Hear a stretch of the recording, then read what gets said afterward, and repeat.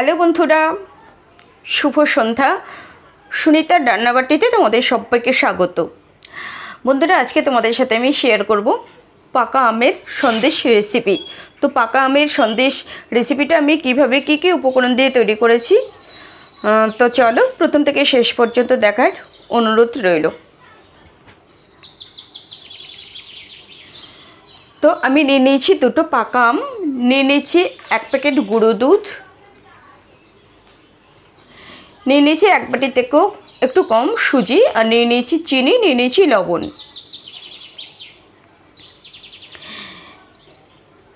এবার আমি আম দুটোকে খোসা ছাড়িয়ে নিয়ে একদম মিহি করে পেস্ট করে নেব।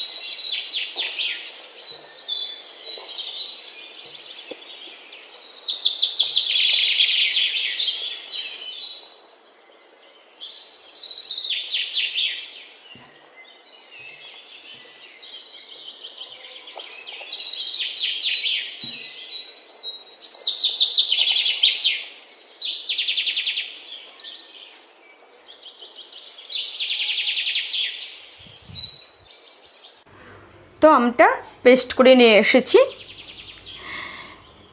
এবার আমি কড়াইতে দিয়ে দেব সুজি, দিয়ে দেব একটু লাল করে, আমি সুজিটা ভেজে নেব। তো এরকম লাল করে ভেজে নিয়েছি। তারপরে আমি একটু বাটিটা ধুয়ে একটু জল দিয়ে দিলাম। তো সুজিটা যেহেতু দানা দানা থাকে, তার জন্য সুজিটা যাতে একটু সেদ্ধ হয়, তার জন্য আমি বাটিটা ধুয়ে একটু জল দিয়ে দিয়েছি। সুজিটা সেদ্ধ হয়ে যাওয়ার পরে তারপরে আমি পেস্ট করে রাখা আমটা এর মধ্যে দিয়ে দেবো। তো গুঁড়ো দুধটা দিয়ে দিচ্ছি আমি। একটু পাতলা থাকতে থাকতে গুঁড়ো দুধটা দিয়ে দিলাম, তাতে গুঁড়ো দুধটা এর মধ্যে গলে মিশে যাবে, তার জন্য পাতলা অবস্থায় গুঁড়ো দুধটা আমি আগে দিয়ে দিলাম। তারপরে এইবার আমি আমের পেস্টটা দিয়ে দিচ্ছি। তারপরে দিয়ে দিচ্ছি চিনি। আম এবং গুঁড়ো দুধ যেহেতু মিষ্টি, তার জন্য চিনির পরিমাণটা আমি খুব একটা বেশি দিইনি। এই যতটুকু দিয়েছি ততটুকুতেই ভালোভাবে মিষ্টি হয়ে যাবে। তারপরে দিয়ে দিচ্ছি পরিমাণ মতো লবণ।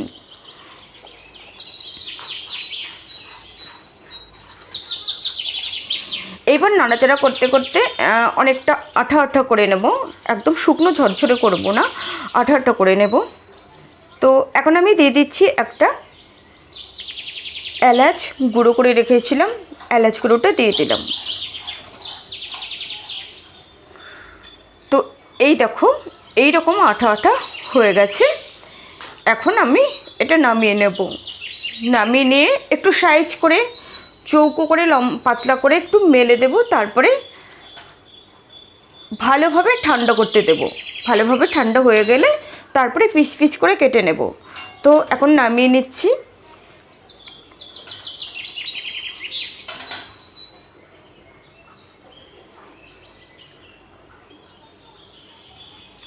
তো এই দেখো, এইভাবে লম্বা করে পাতলা করে আমি সাইজ করে রেখে দেবো আধা ঘন্টা মতো। তারপরে একটু ড্রাই হয়ে গেলে, ঠান্ডা হয়ে গেলে এটা পিস পিস করে কেটে নেব।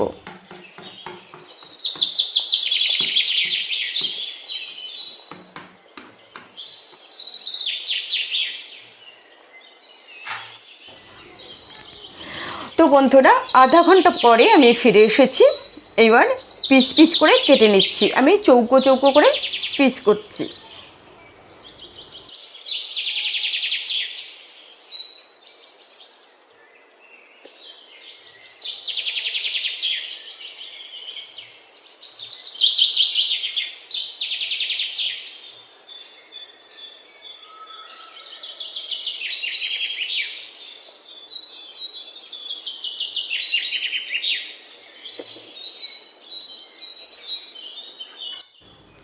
এইবার আমি একটা প্লেটে পিসগুলো তুলে নেব। তারপরে আরও একটু আকর্ষণীয় করার জন্য, আরও একটু স্বাদ বাড়ানোর জন্য আমি এর উপরে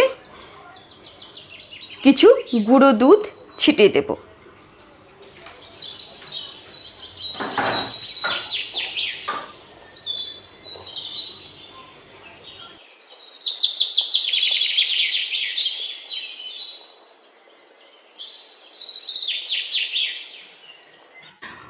তো বন্ধুরা, লাস্টে একটু স্বাদ বাড়ানোর জন্য আর একটু আকর্ষণ বাড়ানোর জন্য, দেখতে সুন্দর লাগার জন্য আমি কিছু গুঁড়ো দুধ ছিটিয়ে দিলাম।